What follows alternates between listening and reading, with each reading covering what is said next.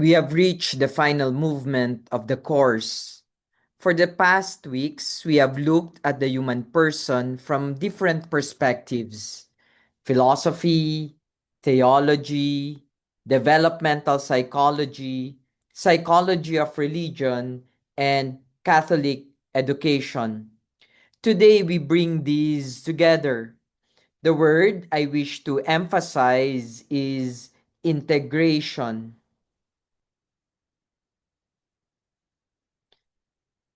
We are not simply putting psychology beside spirituality.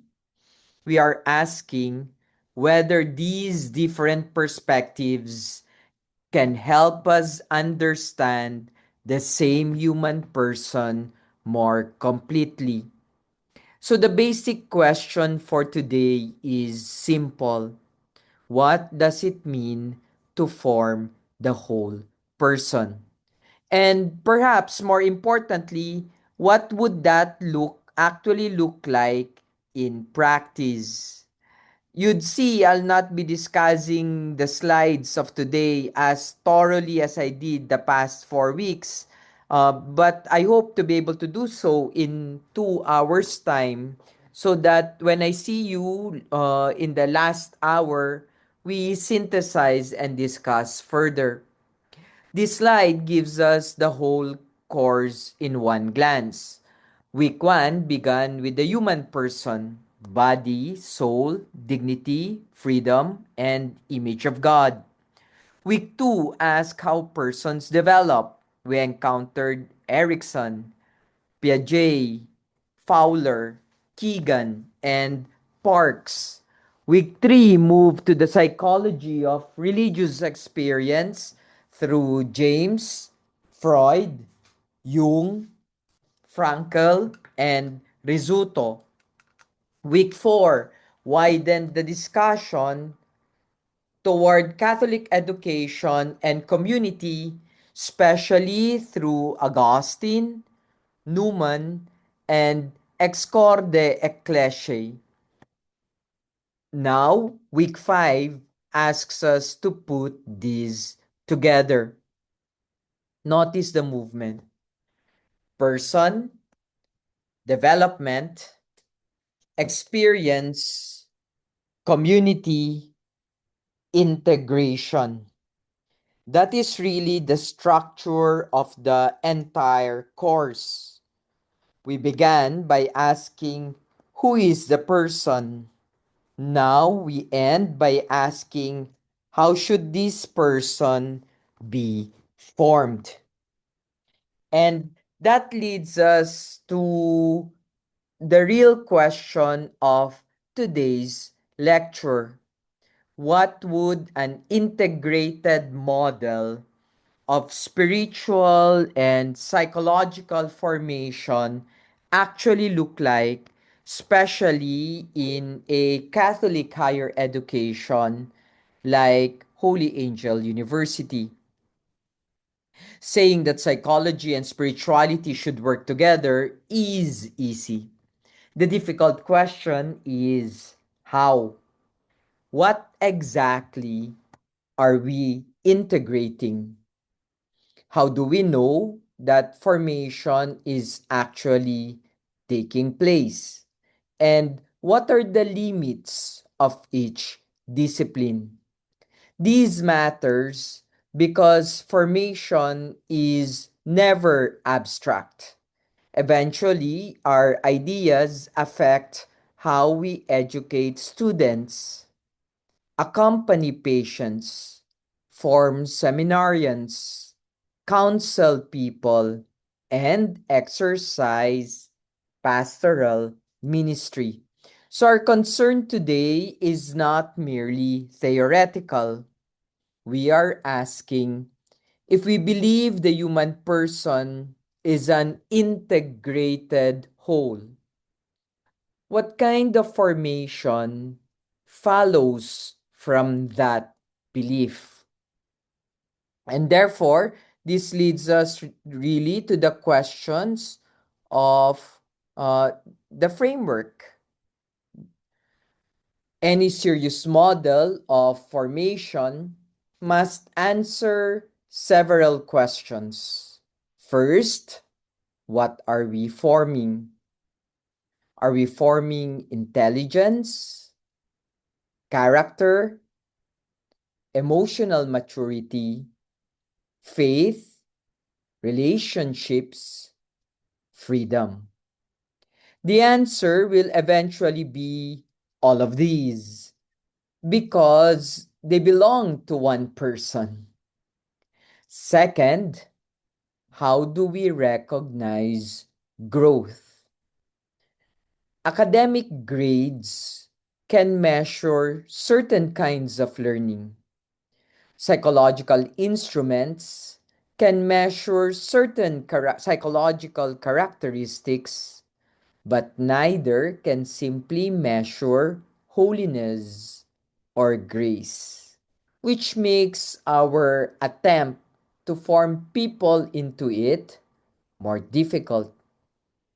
Third, where are the limits? Psychology should not become theology, and theology should not pretend to be psychology. And finally, what is the goal? The telos. Formation always implies movement towards something. So we must ask, what kind of person are we hoping will emerge from formation? This is very much like your ideal graduate attributes in outcomes based education. But keep that question in mind because it will organize everything that will follow. Let's begin. Here is our first important principle. Integration does not mean fusion. Psychology and spirituality are not the same. Psychology can help us understand personality, emotion, trauma, attachment, development, and behavior. Spirituality asks different questions. Who am I before God? Or what is grace? Or what is vocation? Or what does holiness mean? These questions can meet, but they should not be confused. A psychological diagnosis is not a theological judgment. A psychological test cannot measure grace, and spiritual direction cannot simply replace professional, psychological, or psychiatric care. So, integration means relationship without confusion.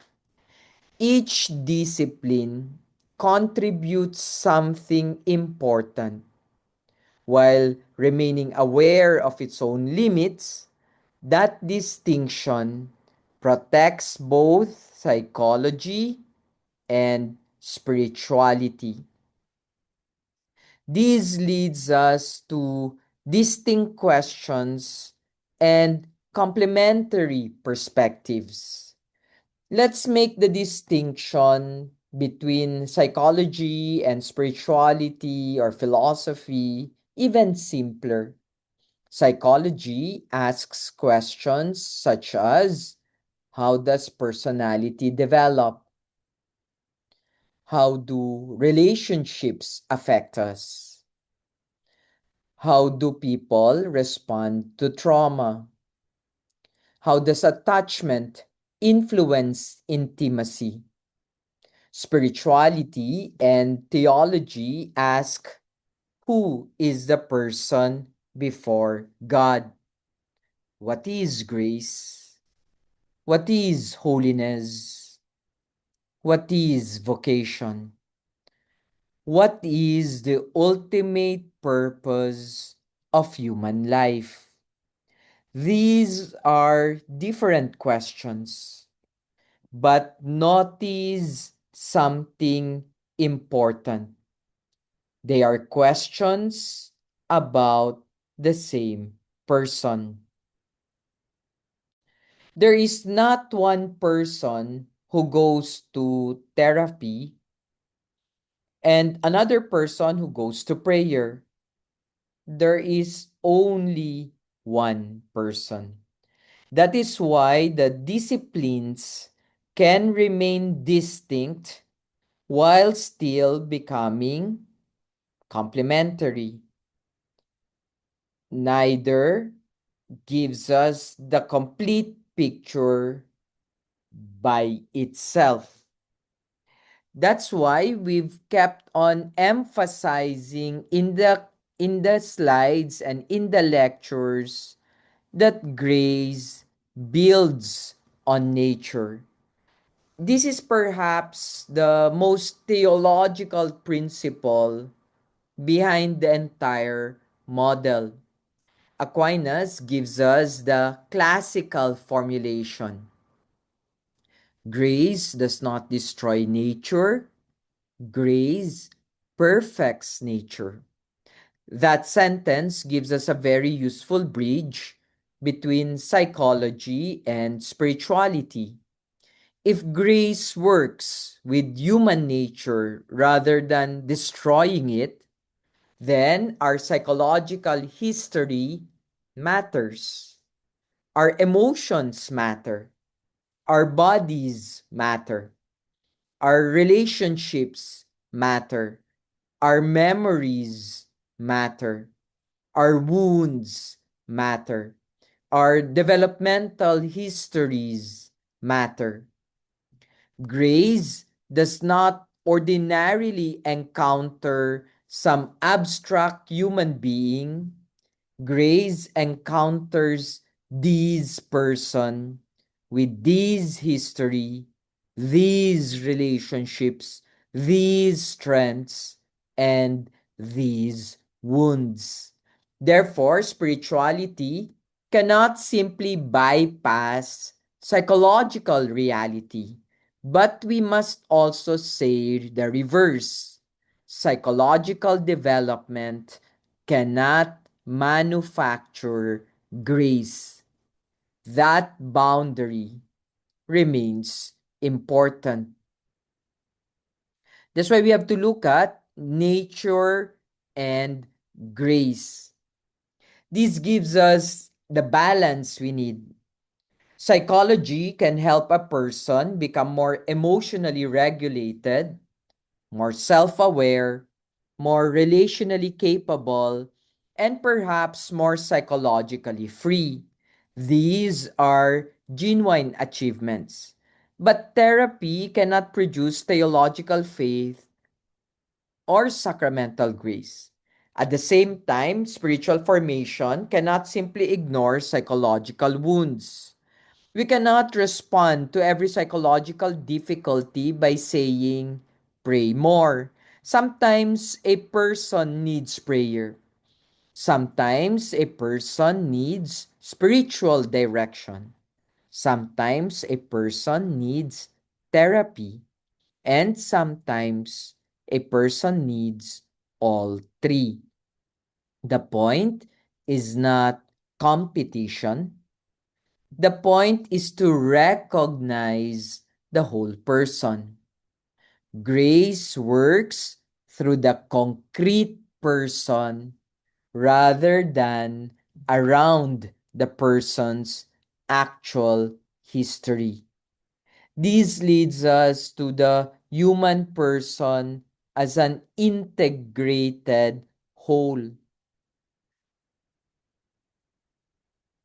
And this brings us back, as I've said, to where the course began, the human person. The Catechism speaks about the profound unity of body and soul. This means that we should be careful about dividing the person into separate compartments. Here's my psychological self. Here's my spiritual self. That division is artificial. Consider grief. Grief can involve the body, memory, emotion, attachment, identity, relationships, faith, and hope, all at the same time. Psychology may explain certain dimensions of that experience. Theology may illuminate other dimensions. But there's only one grieving person. And therefore, we arrive at the foundational principle of the lecture. Formation must address the whole person because the person is already a whole. That is the heart of integration. And if we looked at integration specifically, we basically can expand this further.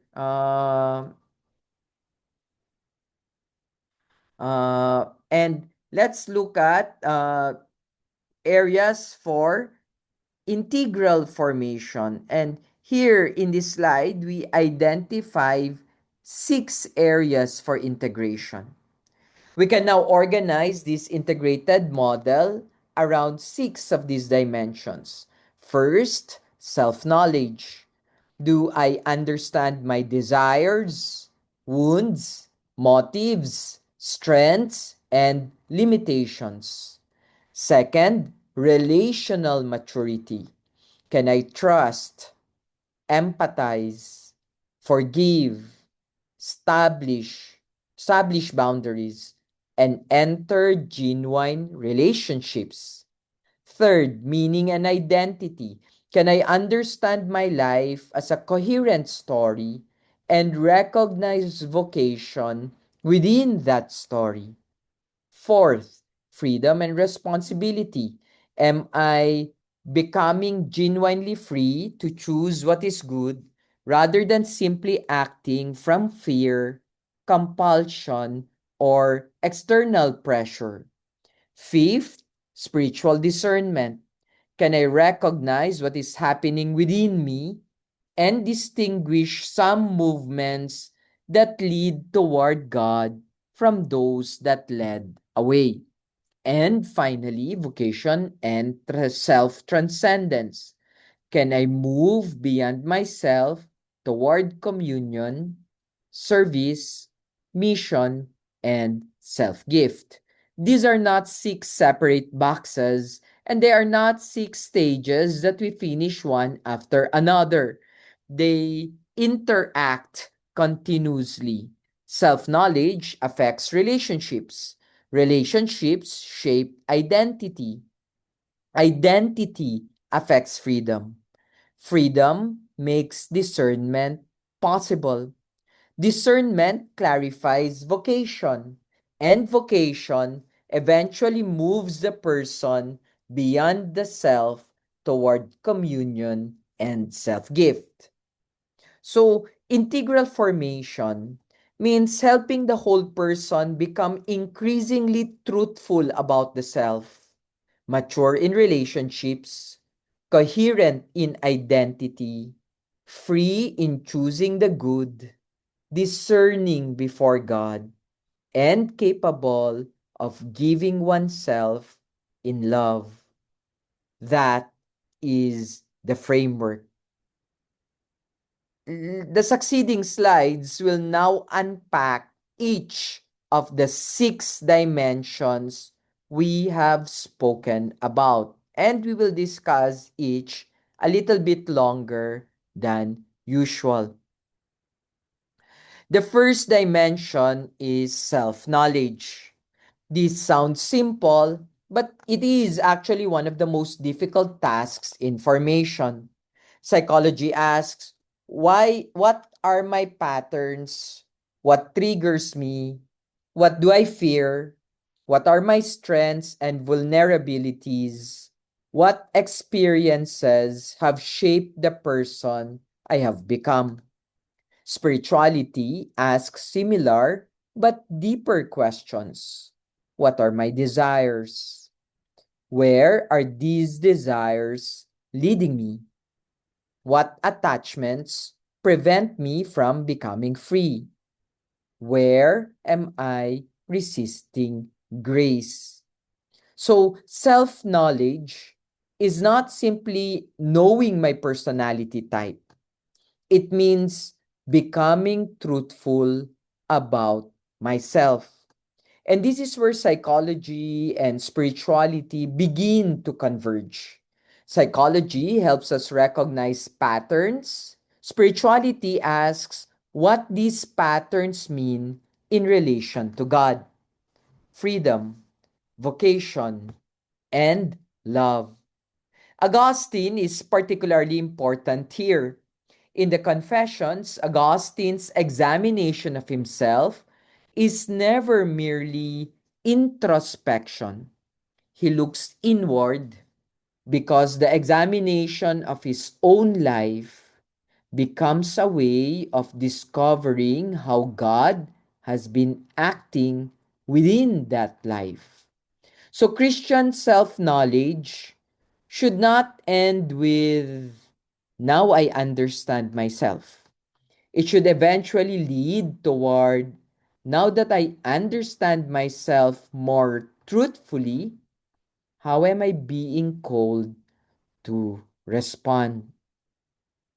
This leads us to discussions of Freud and the unconscious. Freud gives spiritual formation an uncomfortable but very useful insight. We do not always know why we do what we do.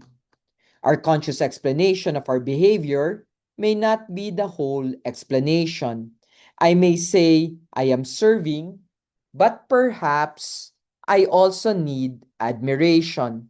I may say, I am defending the truth, but perhaps I cannot tolerate being contradicted. I may call something perfectionism for God when underneath it is actually fear of failure. I may say, I surrender everything to God when psychologically I am simply avoiding responsibility. This does not mean that every good action has a bad motive. Freud's contribution is more basic. Human motivation can be mixed. And that is extremely important for formation. We should therefore learn to ask, why does criticism affect me so strongly? Why do I need recognition? Why am I threatened when somebody else succeeds? Or why do I repeatedly react this way? These are psychological questions, but they can become spiritual questions because they reveal the degree of our interior freedom. The goal is not suspicion of ourselves. The goal is discernment. This leads us to the discussion of Jung and the shadow. Jung pushes this further through the concept of the shadow. The shadow refers to aspects of ourselves that we do not want to acknowledge. This becomes particularly important in religious formation because we can easily create an ideal religious identity. We think, I am supposed to be prayerful. I am supposed to be generous. I am supposed to be patient. I should not feel angry. And therefore, instead of acknowledging anger, jealousy, resentment, fear, insecurity, or the desire for control, we repress them. But repression is not transformation. That is the critical distinction. What I refuse to acknowledge does not automatically disappear. It may simply operate beneath the surface. Christian formation, therefore, requires truthfulness. Psychologically, I must acknowledge the shadow. Spiritually, however, we go one step further. Christianity does not simply say, accept everything about yourself. It says, bring the truth about yourself before grace. What is hidden must first become visible. What becomes visible can then become available for conversion. So integration is not merely self-acceptance. It is truthfulness ordered toward transformation. We're done with the first dimension and we can now move to the second dimension, relational maturity. This movement is important because you cannot assess maturity simply by asking what a person knows about himself. You also ask, how does this person relate to other people? Attachment theory and developmental psychology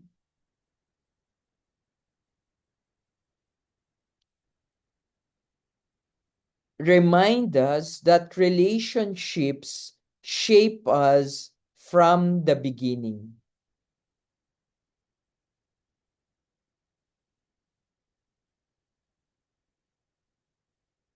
We learn trust through relationships. We also learn fear, insecurity,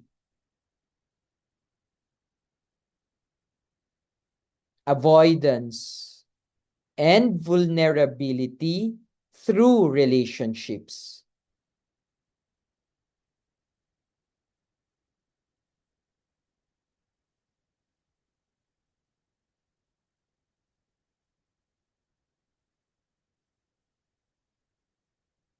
Christian anthropology adds something important. The human person is created for communion.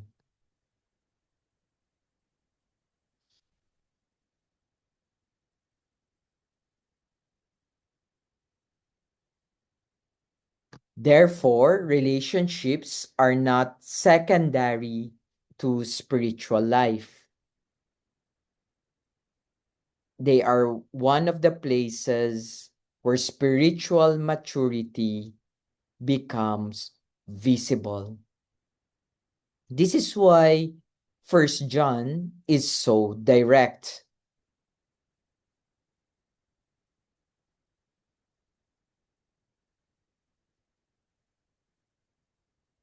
We cannot claim to love God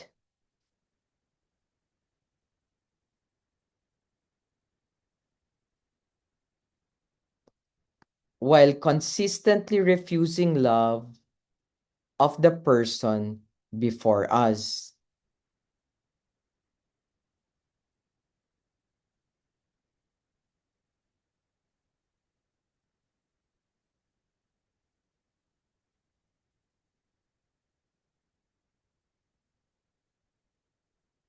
So we should be cautious about someone appearing deeply spiritual but being consistently incapable of empathy, forgiveness, accountability,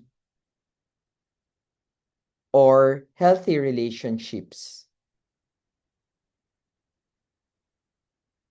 Relational maturity is not separate from spiritual maturity.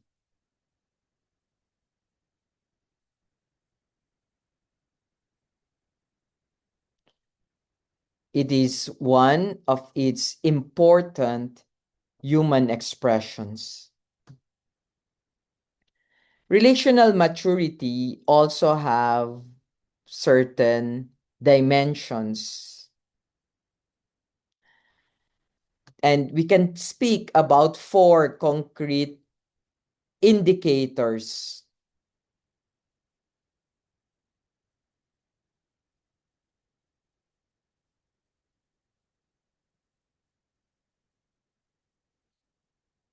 First, empathy and intimacy. Can I genuinely enter another person's experience?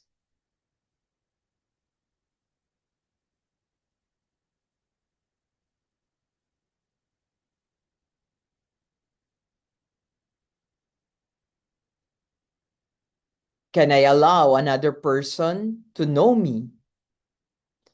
Can I tolerate vulnerability without immediately withdrawing? Second, boundaries and autonomy. Healthy relationships do not mean dependence without limits.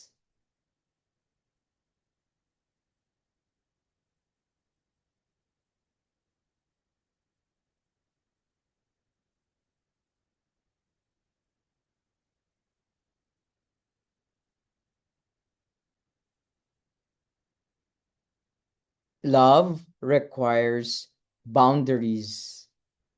I must be capable of saying both yes and no freely.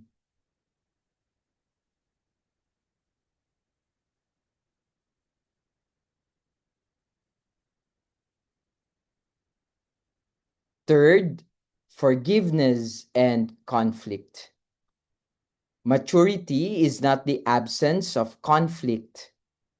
The better question is, what do I do when conflict happens?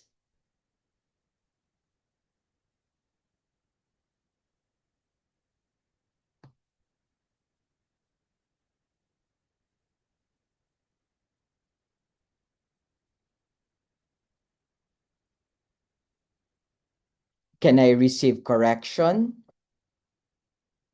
Can I apologize? Can I forgive without allowing myself to be continually harmed?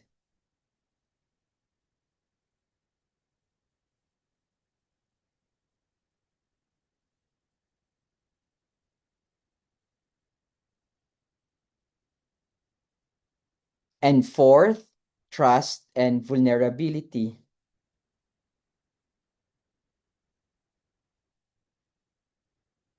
Can I allow myself to be known?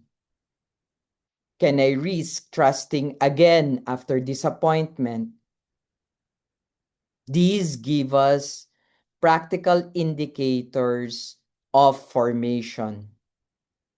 A person can know theology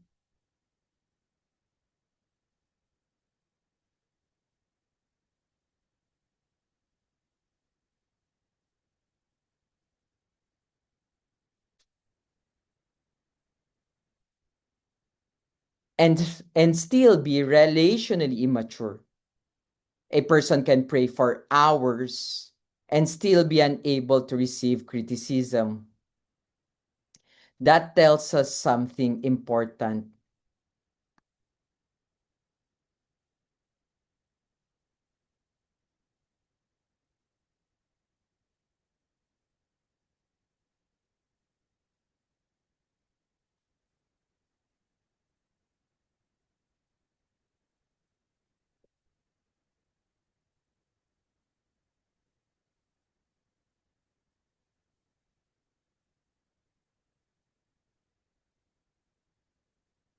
Formation cannot be measured only by knowledge or religious observance.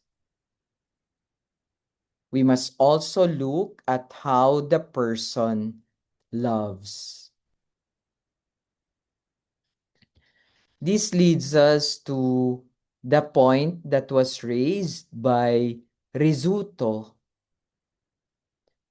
Rizzuto gives us an especially important bridge between psychology and spirituality.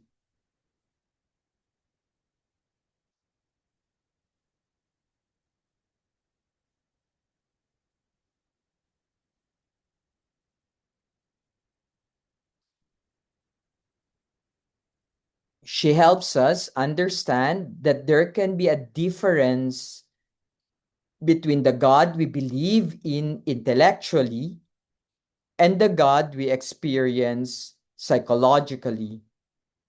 A person may correctly say God is loving, but emotionally, that person may relate to God as if God were constantly disappointed.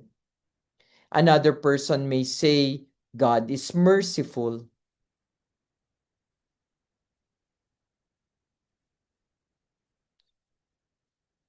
but internally, that person experiences God as a judge waiting for failure. This is the gap Rizzuto helps us see. Doctrine may be correct, while our internal image of God remains distorted. And these images may be influenced by early relationships. If love was always conditional, I may imagine God's love as conditional. If authority was unpredictable, I may experience God as unpredictable. If acceptance depended on achievement, I may imagine that God loves me only when I perform well. So, an important formation question is not merely what do I believe about God? It is actually what God do you actually relate to? This is where healthy relationships, prayer, sacramental life, spiritual direction, and sometimes psychotherapy can work together. The purpose is not to reduce God to psychology, quite the opposite. Psychology can help identify the distortions through which the person may be perceiving God. This leads us now to the third dimension, and take note, there are six of this one: meaning and identity.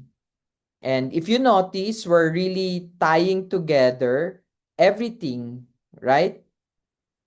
Uh,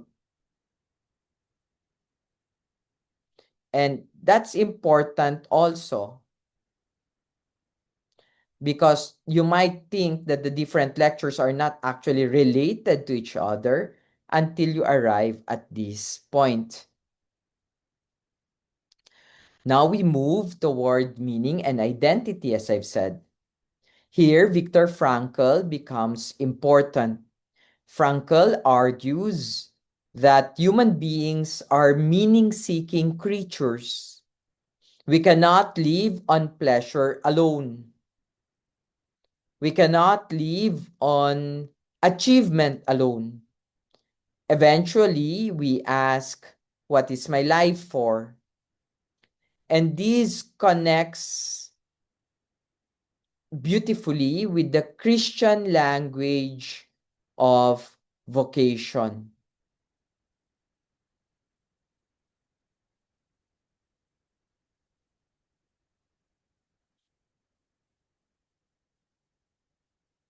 Psychology may ask, who am I becoming? Christian spirituality adds,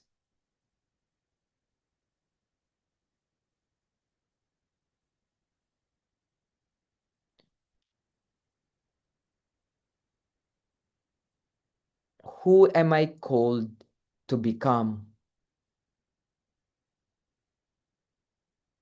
That small change is important because Christian identity is neither complete passivity nor complete self invention. I make choices, but I also receive. I receive my history, I receive my body, I receive relationships, I receive gifts and limitations, and ultimately, I receive grace. So, identity involves both freedom and reception. The question is not simply, what life do I want? It becomes, given what I have received, what life am I being called to give? That begins to move us from identity toward vocation. And when we're talking about identity, you cannot not talk about Erickson. Erickson helps us understand why identity matters for vocation. A mature identity requires some integration of our past, present relationships, commitments, and future aspirations. If the self remains fragmented, vocational decisions can easily become driven by external pressures.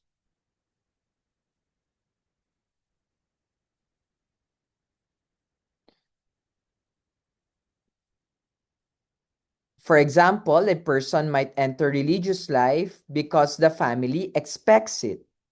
Another person may choose a profession because it gives status.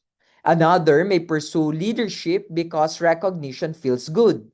These motivations do not automatically invalidate the choice. The point of our formation is to make these motivations conscious. Then something important can happen. The person can move from this is what others expect from me toward this is the life I freely recognize as worthy of my response. That is appropriation. A vocation cannot remain permanently borrowed from parents, teachers, formators, or institutions. Eventually, the person must say, I chose this. I chose this. That transition is both psychological maturation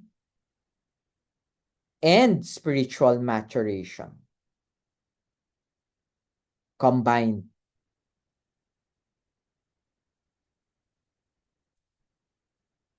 Aside from Eric Erickson, this leads us to Fowler on faith development. Fowler allows us to apply the same principle to faith as we have seen. Early faith is often inherited. We believe because our family believes. We practice because our community practices. We accept authority because trusted people taught us. There's nothing necessarily wrong with that. It is part of development. But eventually, questions emerge. And this is where formation communities sometimes make a serious mistake. We interpret questioning as a loss of faith. Fowler helps us see that questioning can actually be part of maturation. The person begins asking, why do I believe this? Do I actually believe this?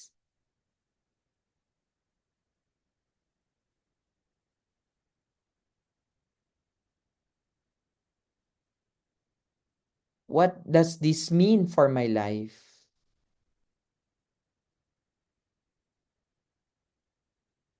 Faith then has the possibility of becoming personally appropriated.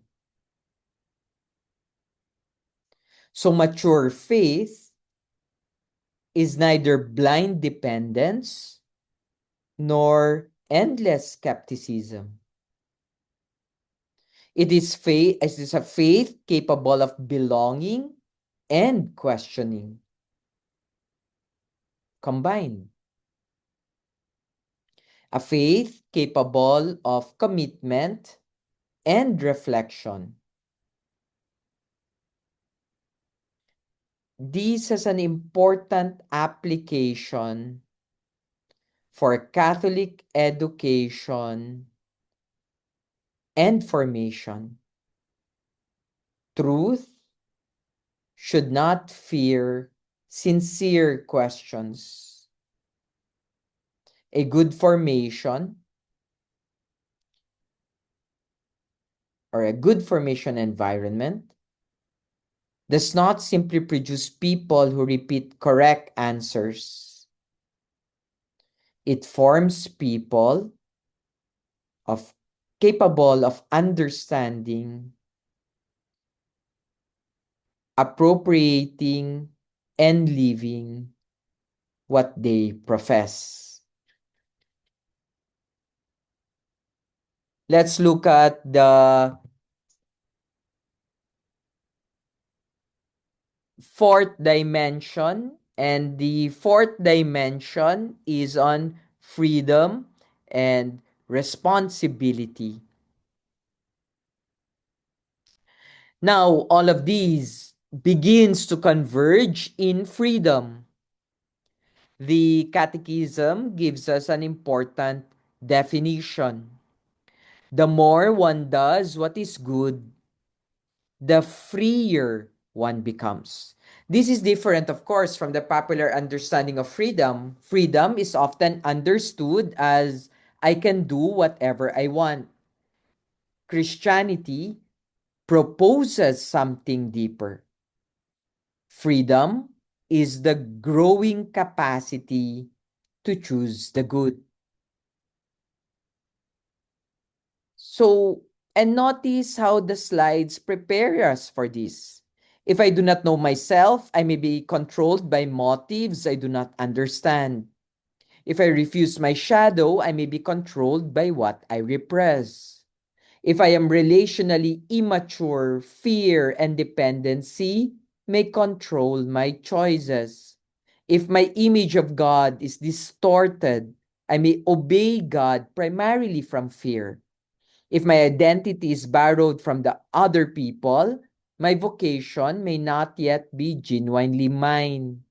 And if my faith has never been appropriated, my religious practice may remain primarily external.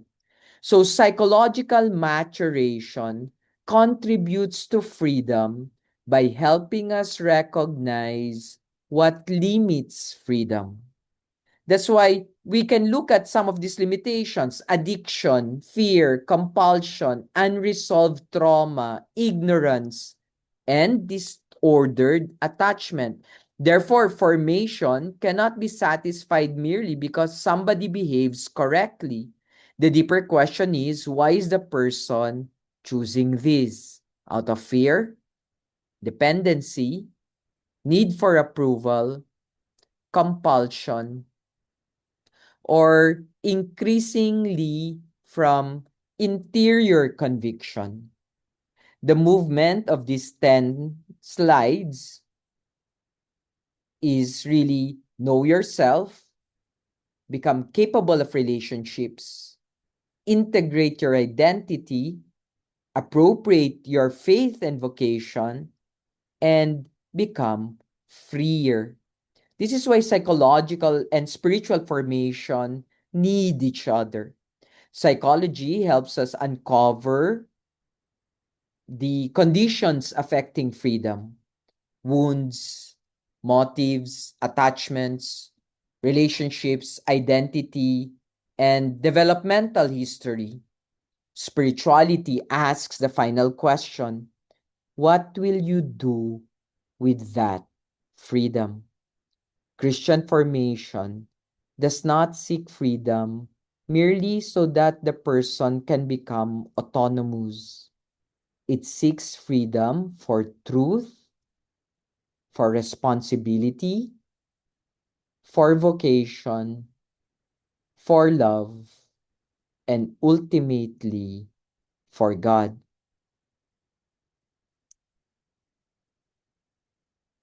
Let's continue from the previous slide.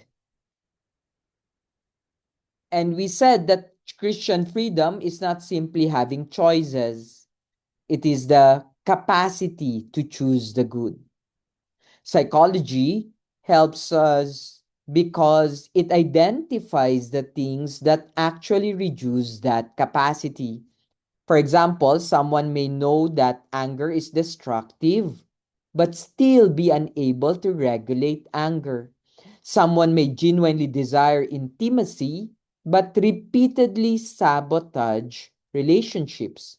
Someone may sincerely want to forgive, but still be overwhelmed by trauma.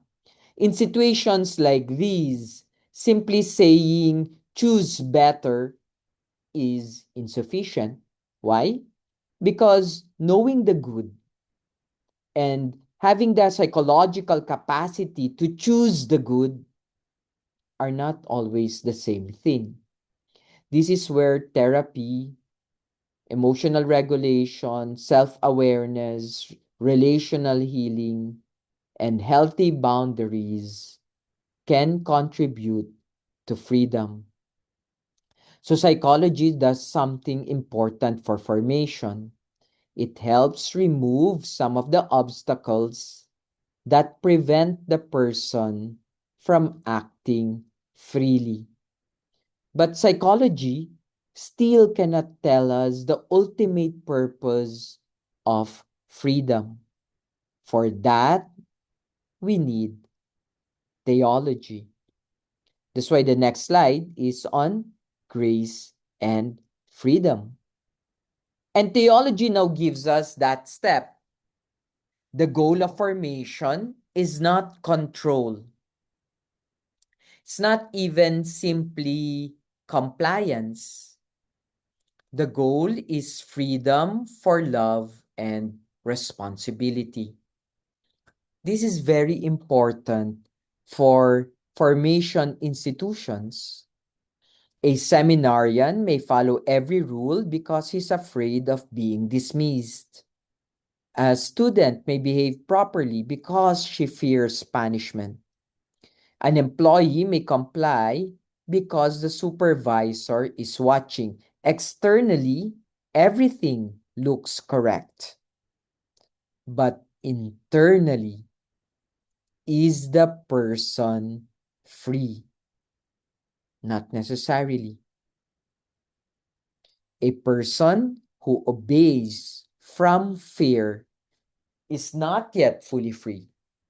A person who chooses the good from interior conviction is becoming free.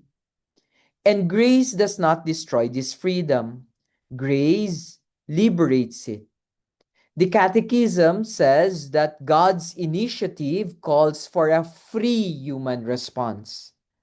So good formation gradually moves the person from external compliance to internal appropriation to responsible freedom. This gives us a practical test for any formation system. Are we producing people who merely know how to obey? Or are we forming people capable of freely choosing what is good even when nobody is watching? The second is much more difficult, I know. But that, that is formation. This leads us to the fifth dimension in our framework. Once we begin talking about freedom, we have to talk about discernment. Because freedom asks, what should I choose? Discernment asks, what is happening within me as I choose? Speaking of discernment, I have written or co-written a textbook, and you can find it in a podcast, and it's in Filipino, and the title is Pasensya ng Meron, Pambungad sa Pangingilatis. Pasensya ng meron, pambungad sa pangingilatis. That's basically where you can find these text.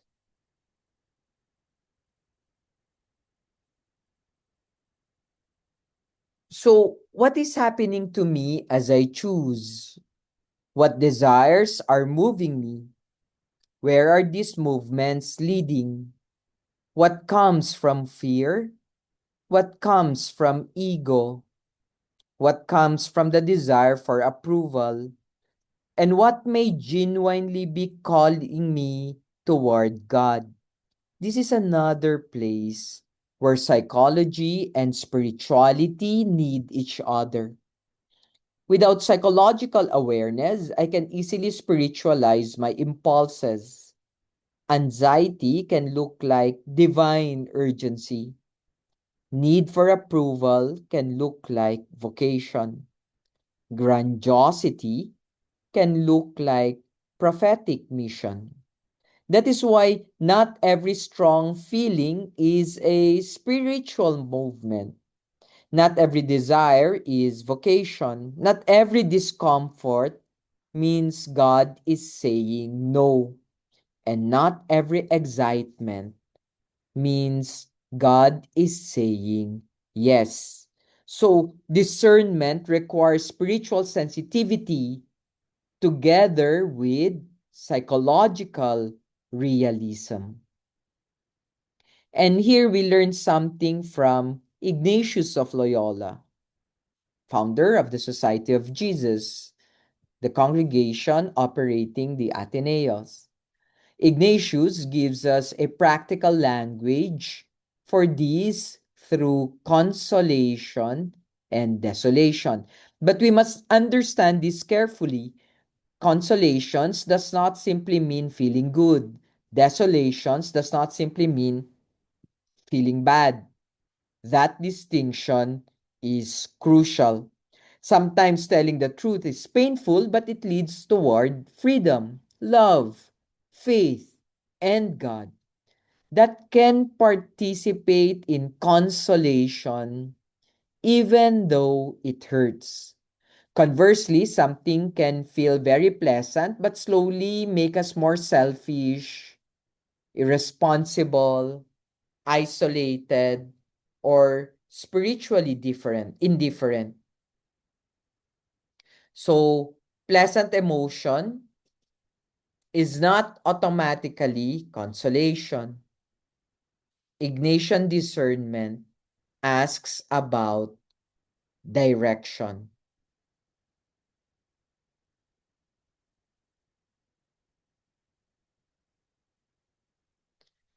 Where is this movement taking me? Toward greater faith, hope, love, truth, responsibility, and God, or toward withdrawal, darkness, agitation, self absorption, and loss of spiritual confidence? Psychology helps us identify and understand emotions. Ignatian spirituality asks another question: what is the spiritual direction of this movement? So again, integration does not mean confusing the two. It means allowing both perspectives to illuminate the same human experience. This leads us to the sixth And last in this framework, vocation and self-transcendence. This is where the entire model begins moving beyond the self. Frankel is important here. Human beings often discover meaning precisely when they stop making themselves the center of everything. We give ourselves to someone, to a relationship, to work, to a cause, to truth, to service. Christianity deepens this into the language of self-gift. Gaudium et Spes gives us the central principle. The human person finds himself through the sincere gift of himself. Notice the paradox. I find myself by going beyond myself. This does not mean destroying the self. It does not mean accepting abuse. It does not mean having no boundaries. Self gift must be free and responsible. And that is why all previous dimensions matter. I need self knowledge, I need relational maturity, I need identity, I need freedom, I need discernment. Why? So that I can give myself freely rather than compulsively. That is vocation.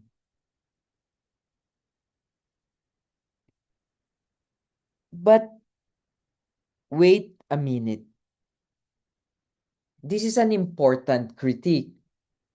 Psychology rightly values things such as self esteem, authenticity, personal growth, self expression, satisfaction, and well being. These are genuine goods. The presentation explicitly says they should not simply be dismissed, and rightly so. The problem begins when self fulfillment becomes the final goal.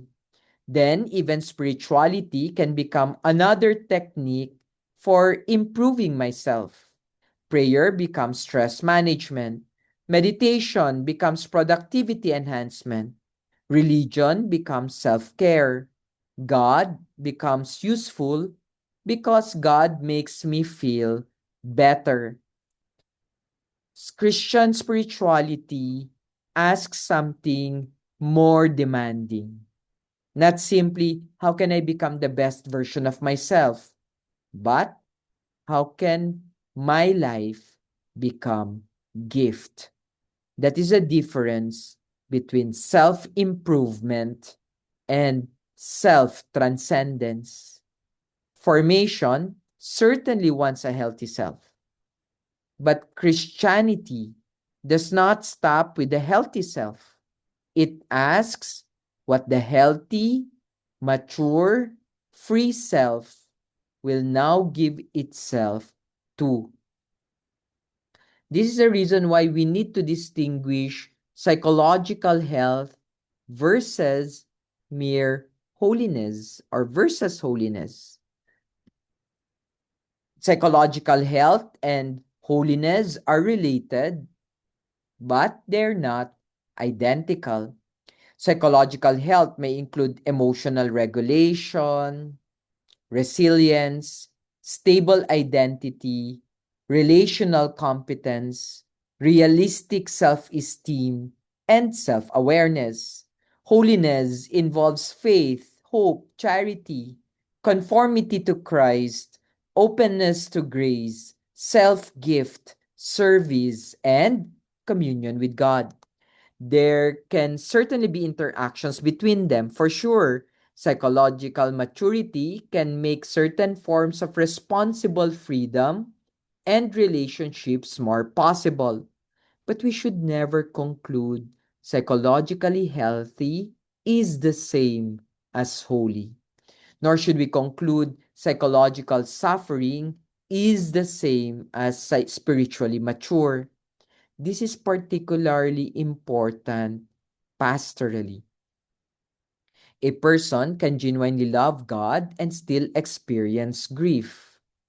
A person can possess deep faith and still struggle psychologically. Mental illness cannot simply be interpreted as evidence of spiritual failure. This protects us from a very harmful form of spiritual reductionism. We should not tell suffering people, if your faith were stronger, you would not feel this. That confuses psychological health with holiness. So remember, therapy is not sanctification, but neither should psychological suffering be romanticized as holiness. They are different dimensions of the same person's life. This leads us to the working model of integral formation. So, foundation, let's look at this model, uh, and let's look at the large movements from foundation to integration to maturation to transcendence. The foundation is the human person and self-knowledge. We begin with the concrete person, not an ideal person. The integration involves relationships and identity. Can this person develop coherent relationships and a coherent sense of self? Then comes maturation, freedom, discernment, and virtue. And finally comes transcendence, vocation, self-gift, communion. So we can summarize the movement. Know yourself, integrate yourself, become free, discern the good, give yourself. Kilalanin ang sarili, buuin ang sarili. Maging malaya, kilatisin ang totoo o ang mabuti at ibigay ang sarili. O huwag matakot.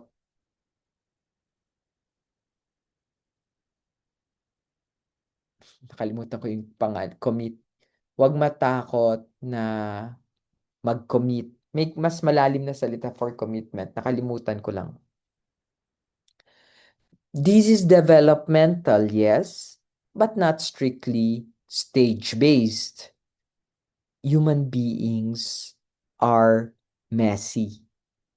Someone may be intellectually mature, but relationally immature. Someone may have strong faith, but weak self-awareness. Someone may have excellent self-knowledge, but struggle with commitment. Therefore, formation is not a checklist. Self-knowledge, done. Relationships, done. Freedom, done. No.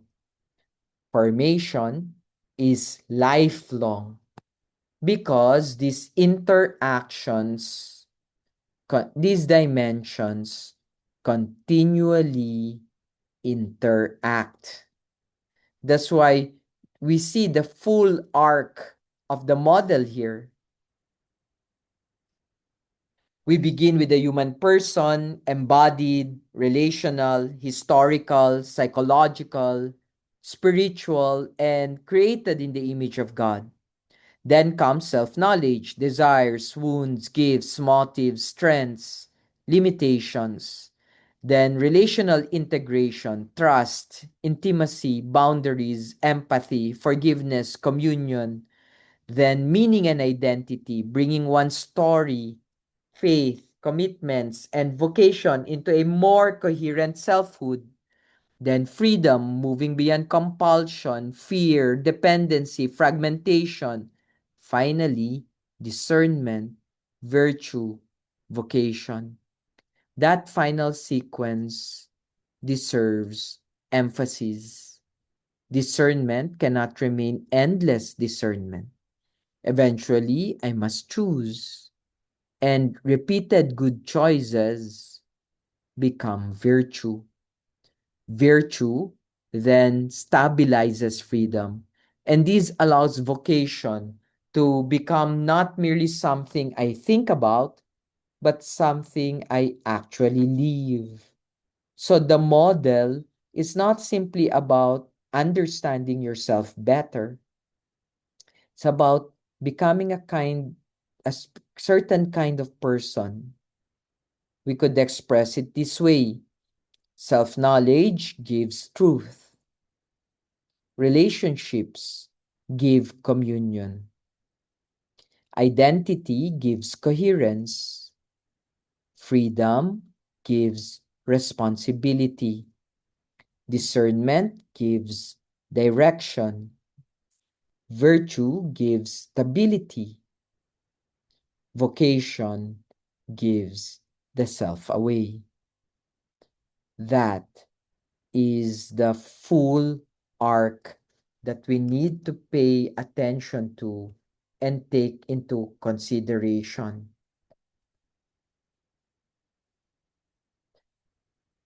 Now let's look at communion from vocation to communion. Of course, it's not easy, no? So, self-transcendence, self-gift, communion.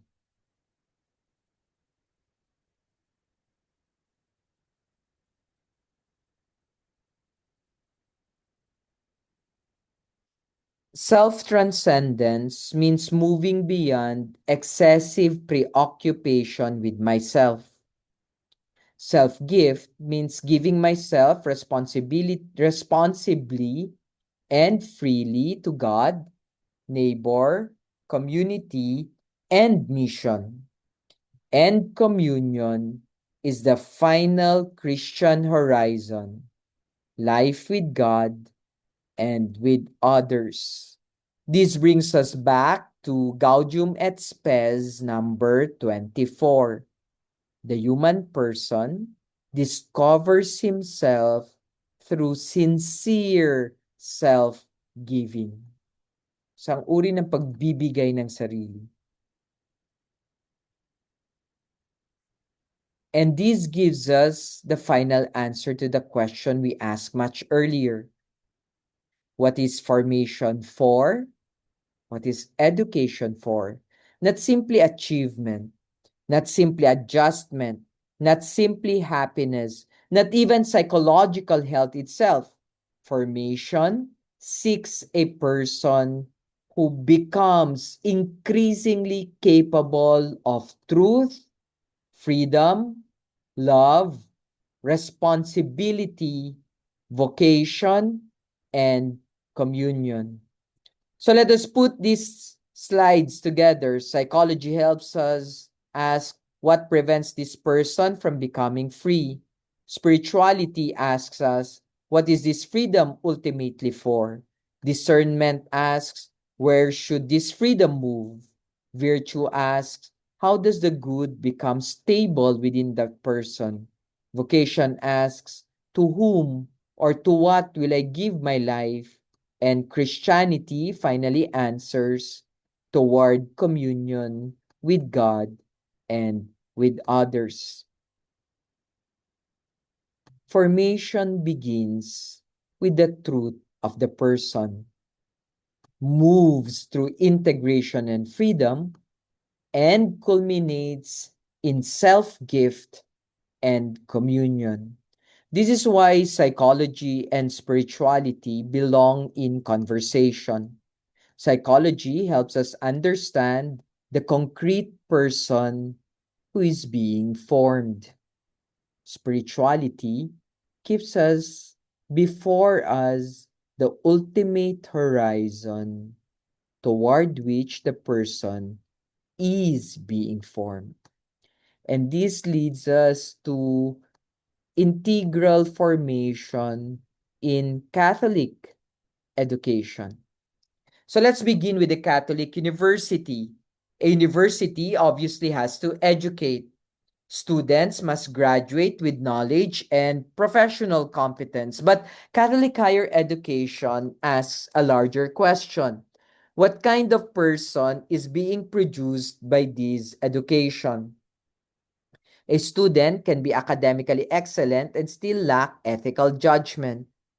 A person can be professionally competent but unable to listen to another person. One can accumulate knowledge without developing wisdom. So, integral formation means that education cannot be evaluated by academic achievement alone.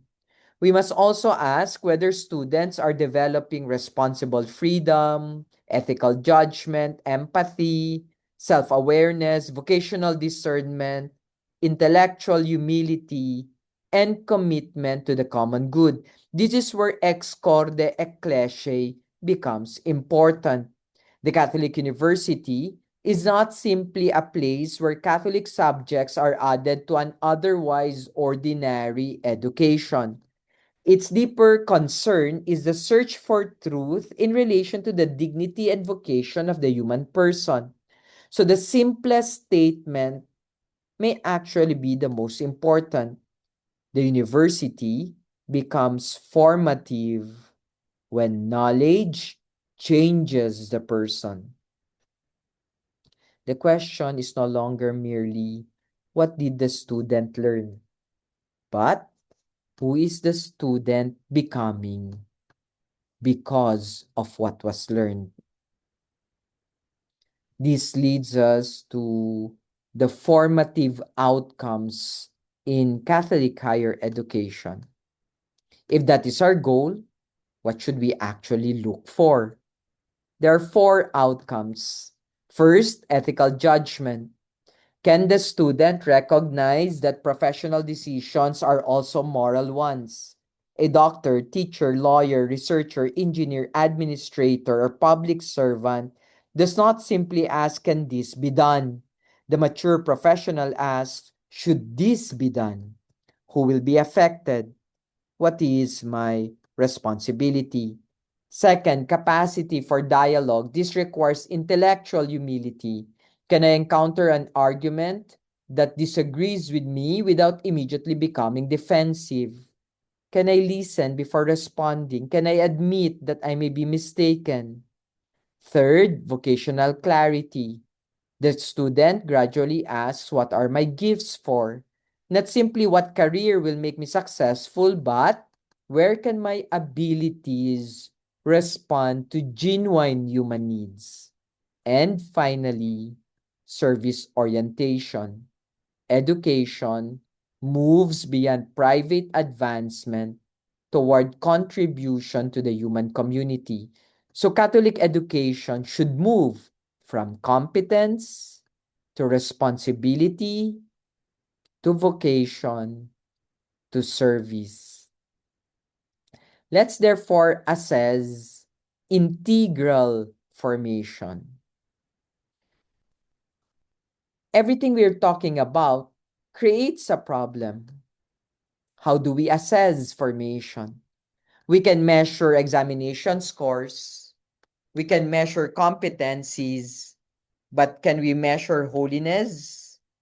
The presentation says we must resist creating a holiness score that would confuse external indicators with interior spiritual realities. We cannot scientifically measure grace. But this does not mean that formation cannot be assessed at all. Instead, we look for observable formative capacities. Can the person reflect honesty? Can the person find meaning during difficulty? Does the person participate responsibly in community? Are the different dimensions of identity becoming increasingly coherent? Notice the difference. We are not claiming the student is holy. We are asking, are there observable signs of greater maturity and integration?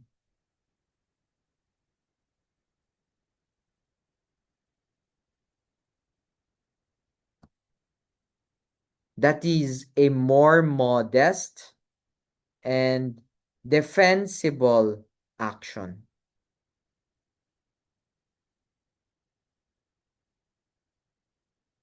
and therefore something to pay attention to.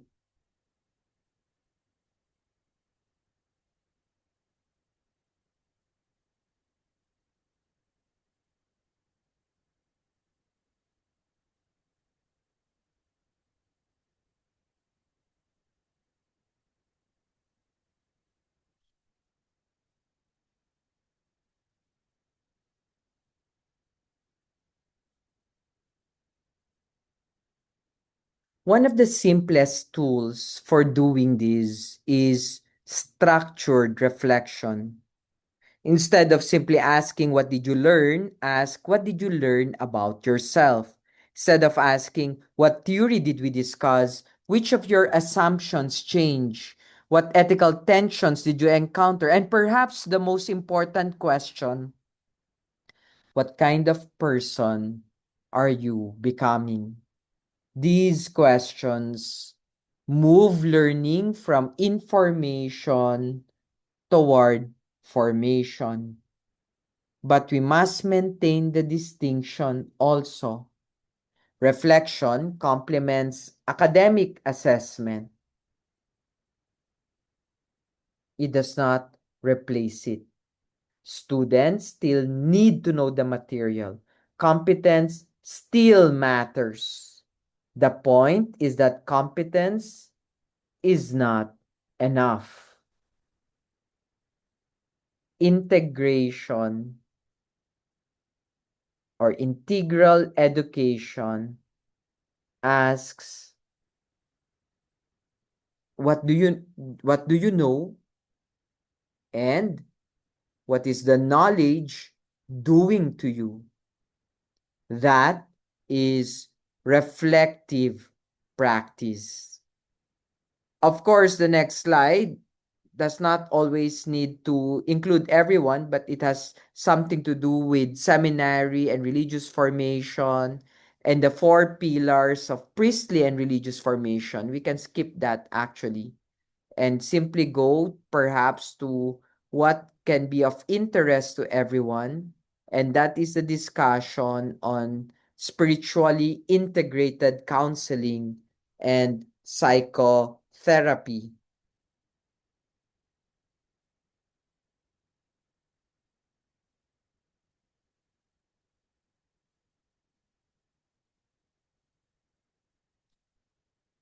Again, the first principle is distinction without separation. Spiritual integrated psychotherapy does not mean that the therapist starts preaching. Psychotherapy does not become spiritual direction. The therapist remains a therapist. The spiritual director remains a spiritual director. Professional boundaries and competencies remain important. But following Pargament, the therapist can take spirituality seriously when spirituality genuinely matters to the client. For example, is your faith helping you cope? Is some aspect of your religious life increasing your distress? Or what image of God becomes active when you suffer? Does your religious community support you or intensify your difficulty? Those are legitimate psychological questions. When religion is part of the client's lived world, so the principle is not bring religion into every therapy session. It is do not artificially remove religion when it is genuinely part of the person's experience.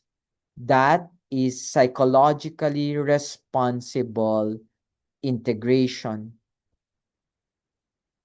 So there's such a thing as there's also integral care in healthcare. Leadership formation is also another part. Uh, but we can basically go immediately to the critical warnings. Now we reach one of the most important warnings: spiritual bypassing. Spiritual bypassing. Spiritual bypassing happens when spiritual language or religious practice is used to avoid psychological reality. The examples on the slide make this very concrete. Someone says, I have forgiven, but the person has never acknowledged anger, grief, or injury. Someone says, I surrender everything to God, but surrender becomes an excuse for refusing responsibility. Someone says, I only need prayer, but prayer is being used to avoid psychological treatment that's genuinely needed. Or someone says, God is enough, but religious language is being used to justify profound relational isolation. The problem is not forgiveness. The problem is not surrender. The problem is not prayer. The problem is using genuine spiritual realities to avoid genuine human realities. And the slide gives us a powerful theological response. Christianity is incarnational. God does not save humanity by avoiding humanity. God enters history. God enters embodiment. God enters relationship. God enters suffering. God enters death. Therefore, authentic Christian spirituality does not teach us to escape our humanity. On the contrary, it teaches us to allow grace to transform us through our humanity. But just as there's spiritual bypassing, the opposite danger is also true. Psychological reductionism. And this happens when we assume that every spiritual reality can be completely explained psychologically. Prayer becomes simply meditation. Conversion becomes identity restructuring. Sin becomes maladaptive behavior. Grace becomes positive emotion. Vocation becomes career preference. Mysticism becomes altered consciousness. Psychology may genuinely help us understand dimensions of all these experiences. So, for example, conversion certainly affects identity. Prayer certainly affects psychological states. Religious experience certainly has psychological dimensions. But the key word is dimension. Psychology can describe something about the experience without exhausting the meaning of experience. From the Christian perspective, when a person prays, we do not believe that the person is simply talking to a projection of the psyche. We make a theological claim. There is a genuine other. God cannot be reduced to psychological functions alone. So we now have two dangers. Spiritual bypassing says psychology does not matter, and psychological reductionism that says only psychology matters. Integral formation rejects both. Neither discipline gets to say, I have explained the whole person. But we need also to be careful about trauma in spirituality. Trauma gives us one of the strongest example of why this integration matters. Trauma can affect the body, memory, trust, relationships, identity, and safety, even the person's image of God. This means that religious language is not received in a vacuum. Trust, surrender, obey, and forgive. These are beautiful and important Christian words. But imagine someone who has experienced abuse by an authority figure. When we say obey, that word may carry a completely different psychological history. When we say trust, the person may hear vulnerability to another betrayal. When we say forgive, the person may hear what happened to you does not matter. That may not be what theology means, but it may be what the traumatized person hears. So, trauma informed formation does not mean changing theology simply to accommodate psychology. It means becoming attentive to how theological language is received through a person's history. The pastoral question therefore becomes not only is what I am saying true, but also how is this truth being heard by this particular person? That that is integral accompaniment.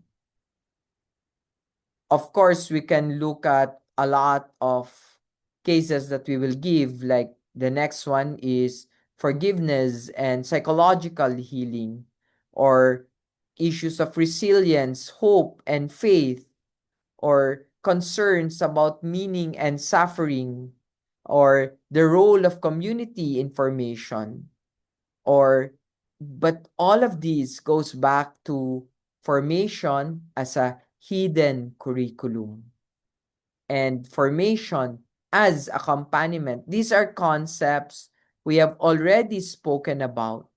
Even the markers of a mature spirituality, uh, we have already discussed, and how that goes with markers of psychological functioning. Maybe it's good to go back to this slide a little bit and discuss it a little bit further for better appreciation.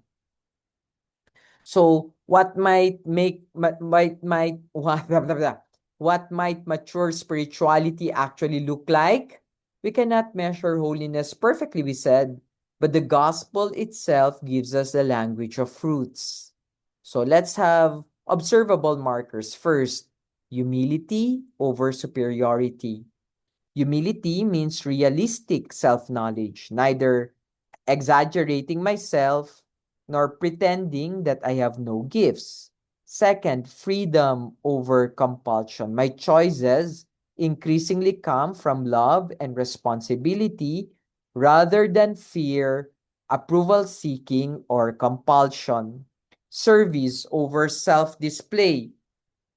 I serve because the others matter, not simply because service makes me look good. And fourth, hope over naive optimism. This gives us a very practical way of thinking about spiritual maturity. Perhaps the mature spiritual person is not necessarily the person who looks most religious. A better question may be, is this person becoming more humble, more free, more capable of service, more capable of hope? These, these are the fruits. But there's also markers of mature psychological functioning. The slide identifies coherent identity. I have a reasonably stable sense of who I am without becoming rigid. Emotional regulation. I can experience emotion, name it, manage it without either suppressing it or being controlled by it. Empathy and intimacy. I can genuinely encounter another person and sustain relationships. Responsible autonomy. I can make independent judgments while remaining open to correction. And finally, tolerance of ambiguity. This is what the last one is especially important. Maturity basically means being able to say, I do not yet, I do not know yet, or this is complicated, or there may be something I have not understood.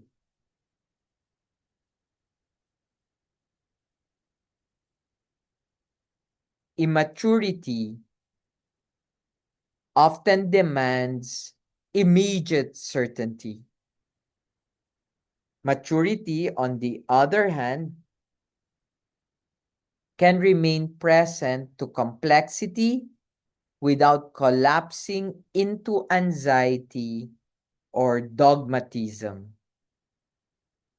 And notice the important conclusion. There is considerable overlap between psychological maturity and spiritual maturity, but they remain distinguishable. A psychologically mature person is not automatically holy, certainly. And a holy person is not necessarily free from struggle or psychological struggle, but healthy development in one can support development in the other.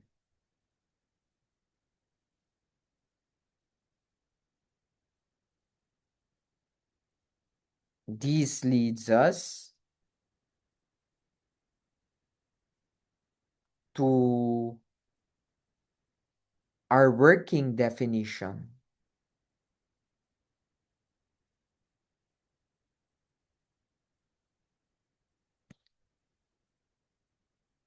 Integral spiritual psychological formation is the lifelong process through which the human person grows in self-knowledge, relational maturity, and interior freedom, integrating psychological capacities with a life of faith, vocation, responsibility, and communion with God and others. There are 5 words to emphasize there. Lifelong, formation never really ends. There's no moment when we can finally say, I am completely formed. New relationships, responsibilities, suffering, leadership, aging, loss, and vocation continually reveal new dimensions of ourselves. Second, integral. Formation concerns the whole person, not simply intellect, not simply psychology, not simply spirituality, the whole person. Third, relational. We do not form ourselves alone because we become ourselves only through relationships and communities.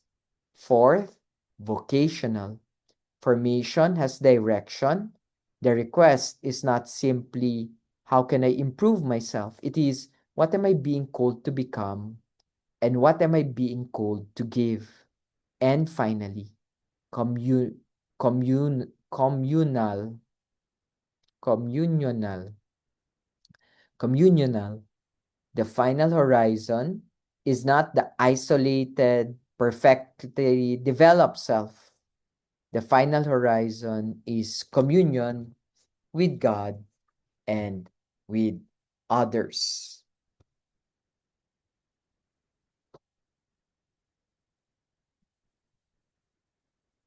Now we return to the beginning of the course. We can see the whole movement. We began with the question, who is the human person? Psychology helps us understand development, attachment, identity, motivation, emotion, unconsciousness, relationships, meaning, trauma, and freedom. Spirituality and theology ask another set of questions. Who is the human person before God? What is grace? What is vocation? What is holiness? What is communion?